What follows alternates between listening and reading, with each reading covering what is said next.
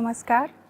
राज्य शिक्षा शोध एवं प्रशिक्षण परिषद बिहार पटना में आप सभी का फिर से स्वागत है। बच्चों, पिछली कक्षा में हम लोगों ने कक्षा 10 के हिंदी के विषय के गद्य खंड के भाग 2 कहानी विष के दांत के बारे में पढ़ा था, उसके बारे में जाना भी था। उस कहानी को हम लोग एक बार फिर से उसके पिछले भाग को सारांश के रूप में जान लेते हैं।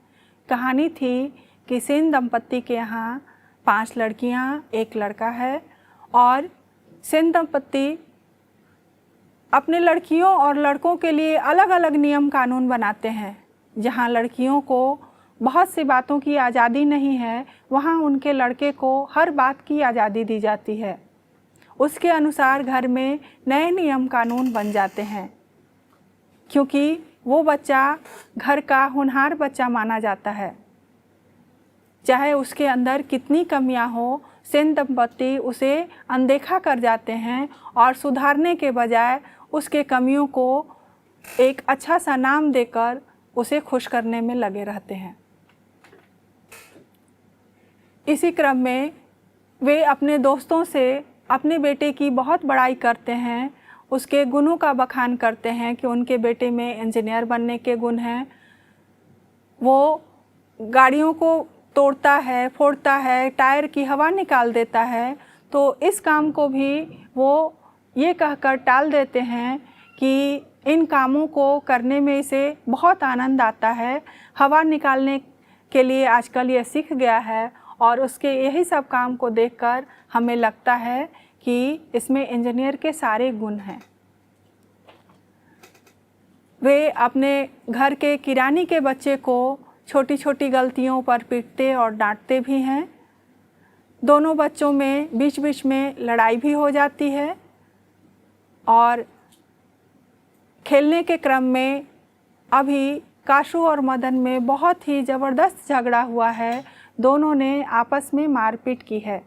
आगे देखते हैं कि क्या होता है जब दोनों बच्चे अपने अपने घर लौटते हैं। मदन घर नहीं लौटा, लेकिन जाता ही कहाँ। 8-9 बजे तक इधर उधर मारा मारा फिरता रहा। फिर भूख लगी तो गली के दरवाजे से आहिस्ता आहिस्ता घर में घुसा। उसके लिए मार खाना मामूली बात थी। डर था तो यही कि आज मार और दिनों से भी बुरी होगी, लेकिन उपाय ही क्या था। वह पहले रसोई घर में घुसा। माँ नहीं थी। बगल के सोने वाले कमरे से बातचीत की आवाज़ आ रही थी। उसने इत्मीनान के साथ भरपेट खाना खाया। फिर दरवाजे के पास जाकर अंदर की बातचीत सुनने की कोशिश करने लगा। उसे बड़ा ताज्जुब हुआ। उसके बाबू गरज तरज नहीं रहे थे। उसकी अम्मा ने कोई बात पूछी जिसे वह ठीक से सुन नहीं सका, तो उसके बाबू ने झल्लाकर कहा, अरे भाई बतलाया तो। साहब ने सिर्फ यही कहा, आज से तुम्हारी कोई ज़रूरत नहीं, कल से मकान छोड़ देना और अपनी तनख्वाह ऑफिस से ले लेना। मदन के काम की कोई बात नहीं हो रही थी। उसकी सज़ा की तजवीज़ होती रहती तो सुनने की कोशिश भी करता वह। इसलिए मदन वहाँ से हट जाता है, उन बातों को सुनने की कोशिश नहीं करता है। बच्चों, इसके कुछ कठिन शब्द हैं, जैसे मामूली अर्थात साधारण, झल्लाना अर्थात क्रोध में चिल्लाना, तजवीज़ अर्थात फैसला या राय। इस भाग में हम लोगों ने देखा कि मदन अपने घर नहीं लौटता है और उसके घर नहीं लौटने का कारण उसके माता पिता से डांट खाना हो सकता है। लेकिन मदन था तो छोटा, आखिर वो कब तक बाहर रहता और कहाँ रहता। हार कर वो 8 बजे रात में घर आता है और पीछे के दरवाजे से, जिससे कि कोई उसे देख न सके, अपने घर में घुसता है। पहले किचन में जाता है तो देखता है कि माँ वहाँ नहीं है, तो वो पहले भरपेट खाना खाता है। मदन जो है वो पिटाई का आदी था।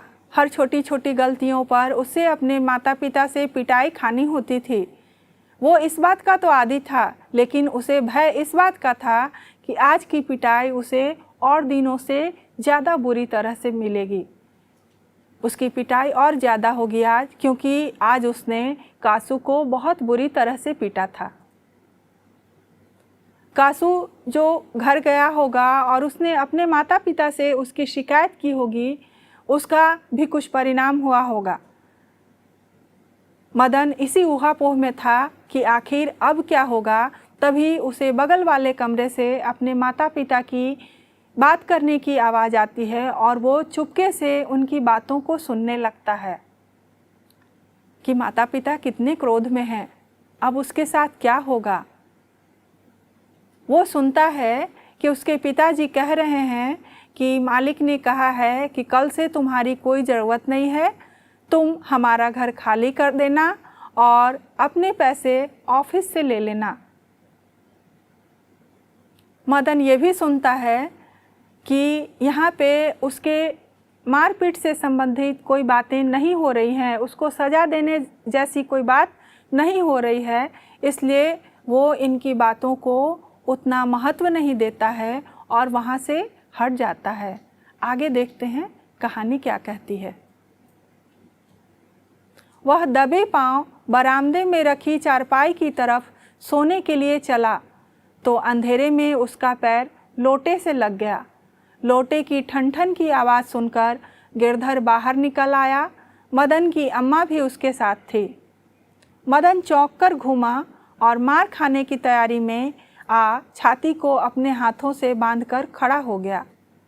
मदन अक्सर अपने पिता के हाथों पिटता था, बहुत पिटने पर रोता भी था, मगर बहादुरी के साथ। इसके कठिन शब्द हैं दबे पांव, अर्थात धीरे से, बिना आवाज़ किए। अब हम लोग कहानी पे आते हैं। मदन अभी भी यही चाह रहा था कि उसके घर में आने की बात अभी किसी को मालूम नहीं हो, क्योंकि जैसे ही उन्हें ये मालूम होगा कि मैं घर आ चुका हूँ तो वे मेरी पिटाई करेंगे ही करेंगे।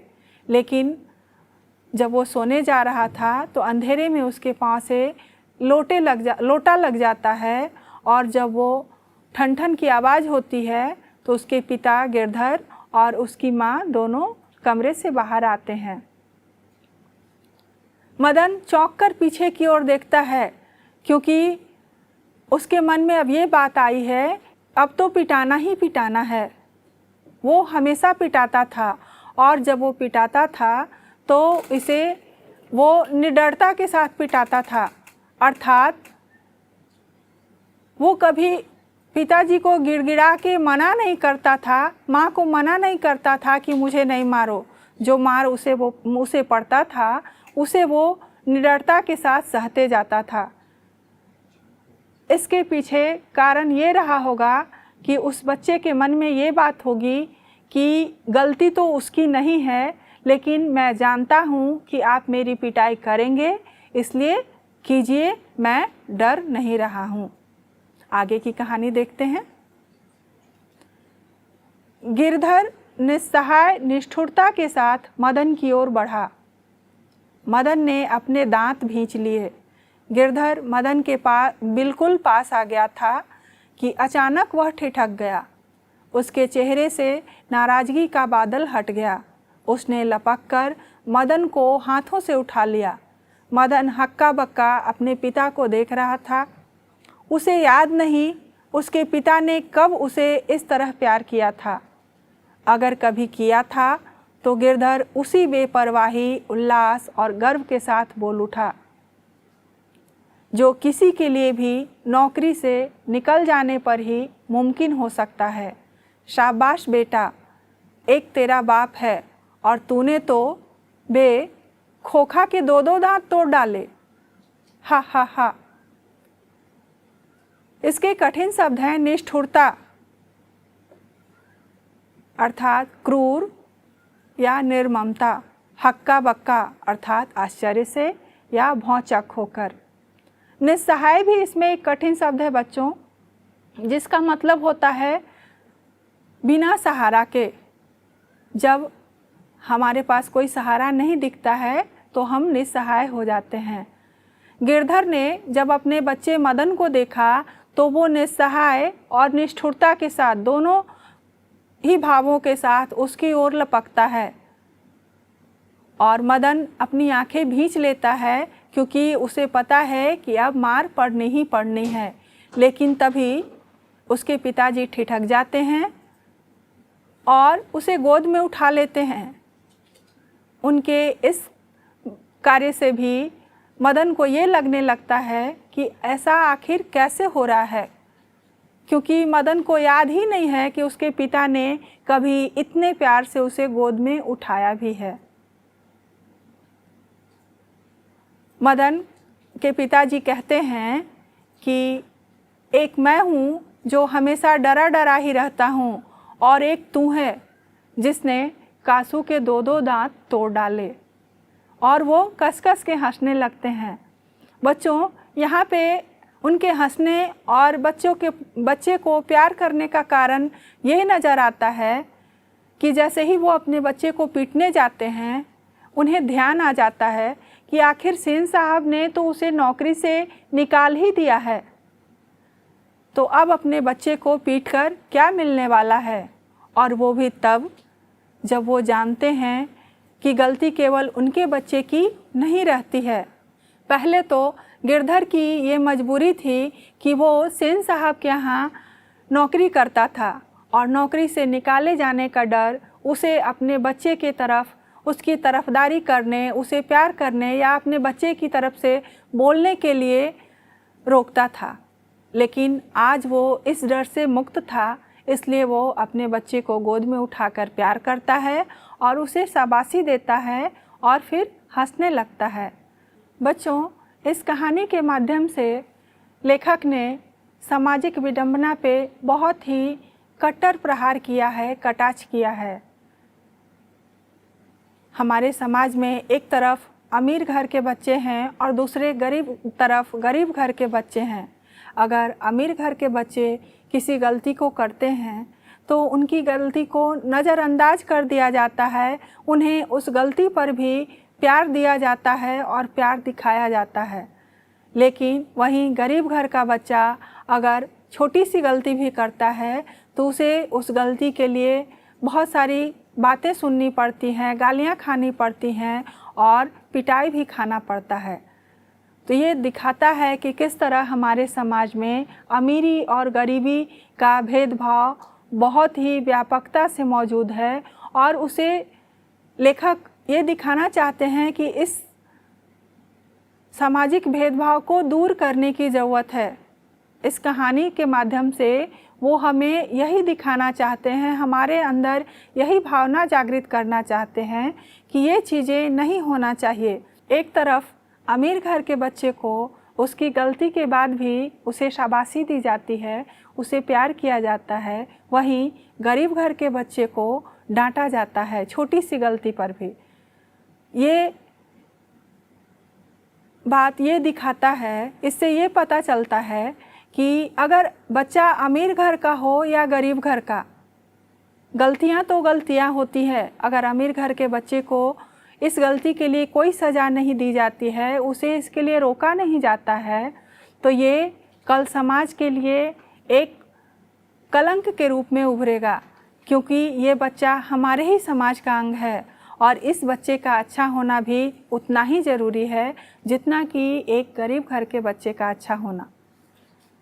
इसलिए इस कहानी के माध्यम से लेखक हमें यह बताना चाहते हैं कि बच्चा चाहे गरीब हो या अमीर, धनी हो या निर्धन, चाहे वो किसी भी समुदाय का हो, सबको समान प्यार मिलना चाहिए, समान संस्कार मिलना चाहिए, समान सीख मिलना चाहिए, उनमें भेदभाव नहीं होना चाहिए। सभी बच्चों को आगे बढ़ने के लिए, एक अच्छा नागरिक बनने के लिए अच्छे संस्कार और सीख की ज़रूरत होती है। इस तरह से यह कहानी समाज के आदर्शों, विडंबनाओं को दिखाते हुए समाज में एक नए प्रतिमान स्थापित करने के लिए हम लोगों को प्रेरित करती है कि कैसे हम अपनी अच्छी आदतों, अच्छे संस्कारों और अच्छे व्यवहारों के बल से अपने बच्चों में अच्छे गुण, अच्छे व्यवहार डाल सकते हैं और उन्हें एक अच्छा नागरिक बनने में मदद कर सकते हैं। बच्चों, इस पाठ में से संबंधित कुछ वस्तुनिष्ठ प्रश्न भी हैं जिन्हें हम लोग एक एक करके जानेंगे और उनके द्वारा हम अपने पाठों का पुनराभ्यास करेंगे। तो आइए देखते हैं हमारा प्रश्न क्या है। पहला प्रश्न है हमारा, विष के दांत कहानी के रचनाकार कौन है या कहानीकार कौन है? विकल्प क मोहन राकेश, विकल्प ख कमलेश्वर, विकल्प ग प्रेमचंद और विकल्प घ नलिन विलोचन शर्मा। आइए देखते हैं अब इस प्रश्न का सही उत्तर क्या होगा। विकल्प घ नलिन विलोचन शर्मा इस प्रश्न का सही उत्तर है। हमारा दूसरा प्रश्न है, विष के दांत कैसी कहानी है? विकल्प क सामाजिक, विकल्प ख ऐतिहासिक, विकल्प ग धार्मिक और विकल्प घ मनोवैज्ञानिक। बच्चों, विष के दांत कहानी एक मनोवैज्ञानिक कहानी है, इसलिए हमारा विकल्प घ सही उत्तर होगा। अगला प्रश्न है हमारा, सेन साहब अपने पुत्र को क्या बनाना चाहते थे? विकल्प क बिजनेसमैन या इंजीनियर, विकल्प ख वकील, विकल्प ग प्रोफेसर, विकल्प घ डॉक्टर। हम लोगों ने कहानी में ये जाना है कि सेन साहब अपने पुत्र को बिजनेसमैन या इंजीनियर बनाना चाहते थे, इसलिए विकल्प क हमारा सही उत्तर होगा। अगला प्रश्न है, खोखा खोखी का क्या अर्थ है? विकल्प क बच्चा बच्ची, विकल्प ख बाबा दादा, विकल्प ग भाई बहन, विकल्प घ चाचा चाची। खोखा खोखी एक बांग्ला शब्द है जिसका अर्थ होता है बच्चा बच्ची।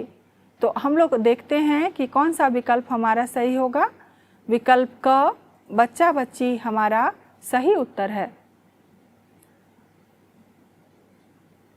आगे का प्रश्न देखिएगा बच्चों अपने स्क्रीन पर। नलिन विलोचन शर्मा के कहानियों में किसके तत्व समग्रता से उभर कर आए? विकल्प क राजनीतिकता का, विकल्प ख मनोवैज्ञानिकता की और विकल्प ग सामाजिकता का और विकल्प घ इनमें से सभी। नलिन विलोचन शर्मा की कहानियों में मनोवैज्ञानिकता के तत्व समग्रता से उभर कर आए हैं, इसलिए विकल्प ख हमारा सही उत्तर होगा। अगला प्रश्न है, नलिन विलोचन शर्मा का जन्म कब हुआ? विकल्प क 14 जनवरी 1915, विकल्प ख 18 फरवरी 1916, विकल्प ग 22 मार्च 1917, विकल्प घ 24 अप्रैल 1918। बच्चों, देखते हैं हमारा कौन सा विकल्प सही है। विकल्प ख 18 फरवरी 1916 हमारा सही उत्तर है। अगले प्रश्न की ओर बढ़ते हैं। नलिन विलोचन शर्मा की मृत्यु कब हुई? विकल्प क 12 सितंबर 1961, विकल्प ख 14 सितंबर 1961, विकल्प ग 16 सितंबर 1961 और विकल्प घ 18 सितंबर 1961। विकल्प क 12 सितंबर 1961 सही उत्तर है। इसी दिन नलिन विलोचन शर्मा जी की मृत्यु हुई थी। अगला प्रश्न है हमारा, दृष्टिकोण किनकी रचना है? विकल्प क प्रेमचंद, विकल्प ख प्रसाद, विकल्प ग नलिन विलोचन शर्मा, विकल्प घ मोहन राकेश। बच्चों, दृष्टिकोण नलिन विलोचन शर्मा जी का एक आलोचनात्मक रचना है, इसलिए विकल्प ग नलिन विलोचन शर्मा सही उत्तर होगा। अगला प्रश्न, सोफर शब्द का क्या अर्थ है? विकल्प क सभ्यता, विकल्प ख संबंध, विकल्प ग निर्ममता और विकल्प घ ड्राइवर। सोफर शब्द का अर्थ होता है आप लोग सोचिए, विकल्प घ ड्राइवर सही उत्तर होगा। अगले प्रश्न को देखेंगे हम लोग। खोखा खोखी किस भाषा का शब्द है? विकल्प क तमिल, विकल्प ख भोजपुरी, विकल्प ग बांग्ला और विकल्प घ हिंदी। जैसा कि हमने पहले बताया था, खोखा खोखी बांग्ला भाषा का एक शब्द है जिसका अर्थ होता है बच्चा बच्ची। तो विकल्प ग बांग्ला हमारा सही उत्तर होगा। अगले प्रश्न की ओर बढ़ते हैं। विष के दांत कहानी किस वर्ग के अंतर्विरोधों को उजागर करती है? विकल्प क निम्न वर्ग का, विकल्प ख उच्च वर्ग का, विकल्प ग व्यापारी वर्ग का और विकल्प घ मध्यम वर्ग का। विष के दांत कहानी मध्यम वर्ग के अंतर्विरोधों को उजागर करती है, इसलिए विकल्प घ हमारा सही उत्तर होगा। नलिन विलोचन शर्मा के पिताजी का क्या नाम था? विकल्प क पंडित रामावतार शर्मा, विकल्प ख पंडित कृष्णावतार शर्मा, विकल्प ग पंडित मृत्युंजय शर्मा, विकल्प घ पंडित दशावतार शर्मा। बच्चों, विकल्प क पंडित रामावतार शर्मा नलिन विलोचन शर्मा जी के पिताजी का नाम था, इसलिए ये सही उत्तर होगा। अगला प्रश्न है, गिरधर लाल कौन है? काशू का पिता, विकल्प ख मदन का पिता, विकल्प ग रजनी का पिता या विकल्प घ शेफाली का पिता। गिरधर लाल विकल्प ख मदन का पिता है। इस तरह से हमने पाठ से संबंधित कुछ वस्तुनिष्ठ प्रश्नों के द्वारा अपने पाठ का पुनराभ्यास किया। अब हम लोग कुछ और प्रश्नों के जो पाठ में दिए गए हैं हमारे पाठ्य पुस्तक में, उन प्रश्नों के अभ्यास के द्वारा पाठों का फिर से और अच्छे से एक बार पुनराभ्यास करेंगे। आइए देखते हैं हमारा प्रश्न कौन सा है। हमारा पहला प्रश्न है, कहानी के शीर्षक की सार्थकता स्पष्ट कीजिए। इस कहानी का शीर्षक है विष के दांत। इसमें हम लोगों ने देखा कि हमारे समाज में अच्छाई और बुराई दोनों रहती हैं। हमारे अच्छाई को अगर दबाया भी जाता है तो तब भी वो बुराई पर भारी ही पड़ती है, क्योंकि अच्छाई को ज़्यादा दिन तक दबाया नहीं जा सकता है। कहा भी गया है कि अंत में विजय सत्य की ही होती है। तो जो अच्छाई है, जो सच है, वही हमेशा आगे रहता है, वही विजयी होता है। जिस तरह से मदन ने कासू को उसकी गलतियों के बाद उसके दांत को तोड़ दिया और उस पर विजय प्राप्त कर ली, उसी तरह से हर गलत कार्य में के पीछे जो अच्छाई होती है वही उस पर भारी पड़ती है और कभी भी परिणाम बुराई के तरफ नहीं आता है। चलिए अब हम दूसरे प्रश्न को देखते हैं। सेन साहब के परिवार में बच्चों के पालन पोषण में किए जा रहे लिंग आधारित भेदभाव का अपने शब्दों में वर्णन करें। बच्चों, सेन साहब के परिवार में 5 लड़कियां थीं और 1 लड़का था। जहां सेन साहब अपनी लड़कियों के लिए बाहर आने जाने पे रोक लगाए हुए थे। कस के हंसना नहीं था, ज़्यादा बोलना नहीं था, कुछ छूना नहीं था, खेलना था तो केवल शाम में, और वो भी इसलिए कि उससे स्वास्थ्य में सुधार होता है, ये उन्हें बताया गया था। वहीं उस परिवार में बच्चा के लिए कोई रोक टोक नहीं थी। उस परिवार के नियम कानून उस बच्चे के हिसाब से ही बन गए थे। जो वो बच्चा करना चाहता था वो करता था, उसकी गलतियों को नज़रअंदाज कर दिया जाता था। इसलिए हम कह सकते हैं कि सेन परिवार में लिंग भेद आधारित भेदभाव बहुत किए जाते थे, क्योंकि जहां बच्चियों को सभ्य और सुसंस्कृत बनाने के लिए हर चीज़ पे रोक टोक लगाई जाती थी, वहीं उनके बच्चे को सभ्य और सुसंस्कृत बनाने के लिए किसी चीज़ पे रोक टोक लगाने जैसी किसी बात की वे ज़रूरत महसूस नहीं करते थे। आइए अब हम लोग अपने अगले प्रश्न को देखते हैं। खोखा किन मामलों में अपवाद था? खोखा जीवन के नियम और जीवन के मामलों में अपवाद था, क्योंकि खोखा जीवन के नियमों के अनुसार नहीं चलता था, नियम उसके अनुसार बनाए जाते थे।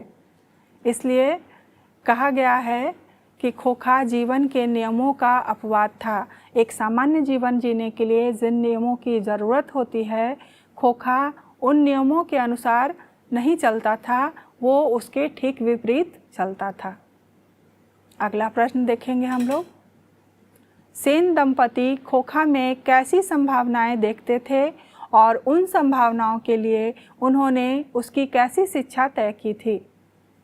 बच्चों, सेन दंपति खोखा को एक बिजनेसमैन या इंजीनियर बनाना चाहते थे, इसलिए उनमें बिजनेसमैन की संभावनाएं पहले दिखी, लेकिन फिर जब उन्हें लगने लगा कि इसमें व्यापारी बनने जैसा कोई गुण नहीं है, तब ये तो केवल तोड़ फोड़ करता है, वस्तुओं को बिगाड़ता है, काम को बिगाड़ता है, बनाना जानता ही नहीं है, तब उन्होंने उसमें इंजीनियर बनने की संभावना को देखना शुरू किया, क्योंकि उन्हें लगता था कि ये सारे गुण एक इंजीनियर के हैं। अगला प्रश्न हमारा, सप्रसंग व्याख्या करें। क, लड़कियां क्या हैं? कठपुतलियां हैं और उनके माता पिता को इस बात का गर्व है। बच्चों, सप्रसंग व्याख्या का मतलब होता है कि जो प्रसंग हमें दिया गया है वो कहाँ से दिया गया है, क्यों दिया गया है, किस संदर्भ में दिया गया है, इसके बारे में भी हम बताएं। तो इसे हम लोग लिखेंगे कि प्रस्तुत पंक्तियाँ हमारे पाठ्य पुस्तक के विष के दांत शीर्षक पाठ से ली गई है। इसके लेखक नलिन विलोचन शर्मा जी हैं। इन पंक्तियों के द्वारा लेखक यह कहना चाहते हैं कि सेन परिवार की जो लड़कियां थीं वो इतनी सभ्य और सुसंस्कृत थीं कि वो कठपुतलियों के जैसी लगती थीं, क्योंकि वो उतना ही करती थीं जितना उन्हें बताया जाता था। अगले प्रश्न को देखते हैं हम लोग। खोखा के दुर्ललित स्वभाव के अनुसार ही सेनों ने सिद्धांतों को भी बदल लिया था। बच्चों, जिस तरह से हमने प्रश्न क के उत्तर में बताया था कि सप्रसंग व्याख्या करने के लिए हम पाठ के संदर्भ को, पंक्तियों के संदर्भ को बताते हैं और वो किस संदर्भ में आया है ये बताना ज़रूरी होता है, तो उसी तरह इसमें भी हम बताएंगे कि ये हमारे पाठ्य पुस्तक के विष के दांत शीर्षक पाठ से लिया गया है और इसके द्वारा लेखक यह कहना चाहते हैं कि खोखा के दुर्ललित स्वभाव अर्थात लालन पालन के कारण बिगड़ा हुआ जो उसका स्वभाव है, उसके कारण उसके माता पिता ने अपने घर के सिद्धांतों को भी बदल दिया है। सेन परिवार ने उसके सिद्धांत को बदलकर उसी के अनुसार कर दिया है, जैसा उनका बेटा चाहता है उसी तरह से उनके घर के सिद्धांत उसके लिए बन गए हैं। अगला प्रश्न है हमारा, ऐसे ही लड़के आगे चलकर गुंडे, चोर और डाकू बनते हैं। बच्चों, इस पाठ में, इस प्रश्न में भी हम उसी तरह से संदर्भ का वर्णन करेंगे कि ये प्रश्न पंक्ति कहाँ से ली गई है और इसके लेखक कौन हैं। उसके बाद हम इसके अर्थ को बताएंगे। इसमें कहा गया है कि जब मदन ने सेन साहब की गाड़ी को छुआ था और उसके लिए उसकी पिटाई की गई थी, उसे धकेल दिया गया था सेन साहब के ड्राइवर के द्वारा, और तब गिरधर को बुलाकर सेन साहब ने कहा था कि अपने बच्चे को संभालो, उसे रोको, क्योंकि अगर इसका व्यवहार ऐसा ही रहा तो यह आगे चलकर गुंडा, चोर और मवाली भी बन सकता है। और गुंडा, चोर और मवाली की क्या हालत होती है, स्थिति उसकी क्या होती है, यह तुम समझ सकते हो। अगले प्रश्न की ओर बढ़ते हैं। हंस कौओं की जमात में शामिल होने के लिए ललक गया। बच्चों, ये संदर्भ तब का है इस प्रश्न की शुरुआत भी हम ठीक बाकी 3 प्रश्नों के अनुसार ही करेंगे। इन पंक्तियों के द्वारा लेखक यह कहना चाहते हैं कि एक दिन काशू जो है खेलते खेलते अपने अहाते से बाहर आ गया और गली में उसने मदन को मोहल्ले के कुछ आवारागर्द लड़कों के साथ खेलते देखा और उसका भी मन उनके साथ खेलने के लिए ललच गया। यहाँ पर मदन और उसके साथियों को कौवा और काशू को हंस की उपाधि दी गई है और कहा गया है कि हंस जो है वो कौवों के साथ खेलने के लिए ललक गया है, अर्थात काशू मदन और उसके साथियों के साथ खेलने के लिए ललक गया था। बच्चों, अब हम आगे के प्रश्न की ओर बढ़ते हैं। बच्चों, आगे का प्रश्न है हमारा, सेन साहब के और उनके मित्रों के बीच क्या बातचीत हुई और पत्रकार मित्र ने उन्हें किस तरह उत्तर दिया। आप लोगों ने कहानी में पढ़ा ही है कि जब उनके दोस्त घर आए थे तो उनके बीच क्या बातचीत हुई थी और पत्रकार महोदय ने क्या कहा था। पत्रकार महोदय ने बस इतना कहा था कि मैं अपने बच्चे को एक संस्कारी व्यक्ति पहले बनाना चाहता हूँ, बाकी उसकी जो मर्जी हो वो बनने के लिए स्वतंत्र है। अगला प्रश्न है हमारा, मदन और ड्राइवर के बीच के विवाद के द्वारा कहानीकार क्या बताना चाहता है। काशू और मदन के बीच झगड़े का कारण क्या था। इस प्रसंग के द्वारा लेखक क्या दिखाना चाहता है। महल और झोपड़ी वालों की लड़ाई में अक्सर महल वाले ही जीतते हैं, पर उसी हालत में जब दूसरे झोपड़ी वाले उनकी मदद अपने ही खिलाफ करते हैं। लेखक के इस कथन को कहानी से एक उदाहरण देकर स्पष्ट कीजिए। बच्चों, ये सारे प्रश्न जो हैं बहुत आसान हैं और इन सारे प्रश्नों का उत्तर हमने कहानी को समझाने के दौरान आपको बताया है। कुछ और प्रश्न भी हैं इससे संबंधित जिन्हें हम देखते हैं। रोज रोज अपने बेटे मदन की पिटाई करने वाला गिरधर मदन द्वारा काशू की पिटाई करने पर उसे दंडित करने की बजाय अपनी छाती से क्यों लगा लेता है। सेन साहब, मदन, काशू और गिरधर का चरित्र चित्रण करें। आपकी दृष्टि में कहानी का नायक कौन है? तर्कपूर्ण उत्तर दें। आरंभ से ही कहानीकार का स्वर व्यंग्यपूर्ण है, ऐसे कुछ प्रमाण उपस्थित करें। विष के दांत कहानी का सारांश लिखें। बच्चों, जहाँ पर चरित्र चित्रण की बात आती है तो आप लोगों ने कहानी में सबके बारे में जाना कि कौन कैसा है। कहानी के नायक की बात आती है तो आप लोग देखते हैं कि कहानी काशू के इर्द गिर्द घूमती है। इस कहानी में का सारा संदर्भ करीब करीब काशू से ही मिलता जुलता है, इसलिए हम काशू को इस कहानी का नायक कह सकते हैं। जब इस कहानी के सारांश को लिखने की बात आती है तो इस कहानी को आपने समझा है, पढ़ा है, उसे ही अपने शब्दों में जब आप लिख देंगे तो वो सारांश ही हो जाएगा, क्योंकि अपने शब्दों में जब हम उसे लिखना शुरू करेंगे तो वो कहानी उतनी विस्तृत नहीं जाएगी। इस तरह से हम लोगों ने इस कहानी के सभी प्रश्नों को देखा, जाना और उनके अभ्यास के द्वारा इस कहानी का भी पुनराभ्यास किया, इस कहानी की पुनरावृत्ति की। बच्चों, हम उम्मीद करते हैं कि ये कक्षा आप लोगों के लिए बहुत ही लाभदायक और उपयोगी सिद्ध हुई होगी। आप लोग इससे बहुत लाभान्वित हुए होंगे, बहुत कुछ सीखे होंगे। इसके प्रश्नों का आप लोग बहुत ही अच्छे से हल कर पाएंगे इस कक्षा के द्वारा, और आगे की कक्षा में हम एक नए विषय के साथ और अच्छी बातों के साथ आपके सामने फिर से उपस्थित होंगे। तब तक के लिए नमस्कार।